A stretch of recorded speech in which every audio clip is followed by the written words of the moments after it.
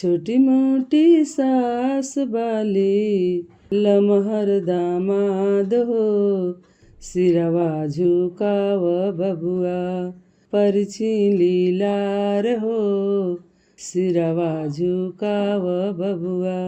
जनकपुर के गलिया में भीड़ बड़ी भारी हो, जनकपुर के गलिया में भीड़ बड़ी भारी हो, परिछेली सासू अम्मा, परिछेली सासू अम्मा टीके लीलार हो, परिछेली सासू अम्मा टीके लीलार हो। जनकपुर के गलिया में भीड़ बड़ी भारी हो, परिछेली सासू अम्मा, परिछेली सासू अम्मा टीके लीलार हो, परिछेली सासू अम्मा टीके लीलार हो। छोटी मोटी सास बाली लमहर दामाद हो, सिरवा झुकाव बबुआ, सिरवा झुकाव बबुआ परछी लीलार हो, सिरवा झुकाव बबुआ। छोटी मोटी सास बाली लमहर दामाद हो, सिरवा झुकाव बबुआ परछी लीलार हो, सिरवा झुकाव बबुआ परछी लीलार हो। राजा जनक जी के आंगन बड़ी भीड़ हो, राजा जनक जी के आंगन बड़ी भीड़ हो, होला बियाह सीता राम जी के साथ हो, होला बियाह सीता राम जी के साथ हो। राजा जनक जी के आंगन बड़ी भीड़ हो, राजा जनक जी के आंगन बड़ी भीड़ हो, होला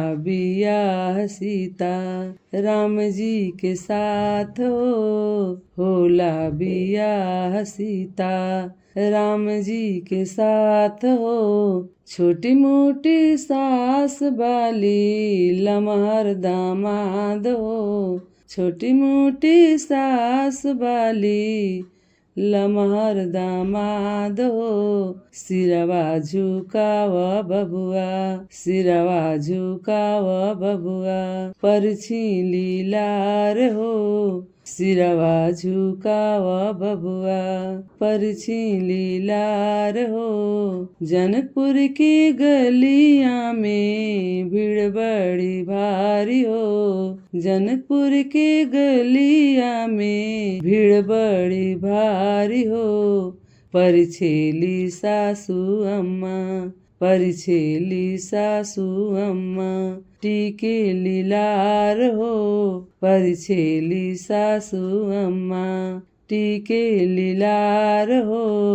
राजा दशरथ जी के खुलले ऐसा भाग हो, भैले बियाह चारो बेटा के एक साथ हो, भैले बियाह चारो बेटा के एक साथ हो। राजा दशरथ जी के खुलले ऐसन भाग हो, राजा दशरथ जी के खुलले ऐसन भाग हो, भैले बियाह चारो बेटा के एक साथ हो, भैले बियाह चारो बेटा के एक साथ हो।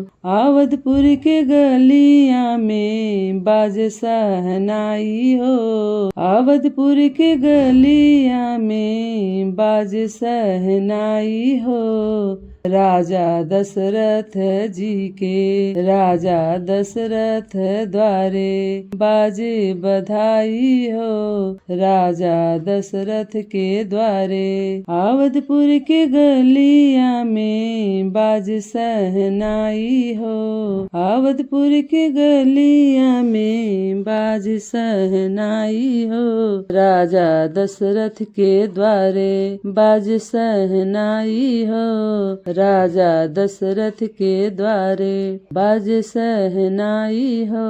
अवधपुर की गलिया में बाज सहनाई हो, अवधपुर की गलिया में बाज सहनाई हो, राजा दशरथ के द्वारे, राजा दशरथ के द्वारे बाजे बधाई हो, राजा दशरथ के द्वारे बाजे बधाई हो। छोटी मोटी सास बाली लमहर दामाद हो, छोटी मोटी सास बाली लमहर दामाद हो, सिरवा झुकाव बबुआ, सिरवा झुकाव बबुआ, परछी लीलार हो, सिरवा झुकाव बबुआ, परछी लीलार हो।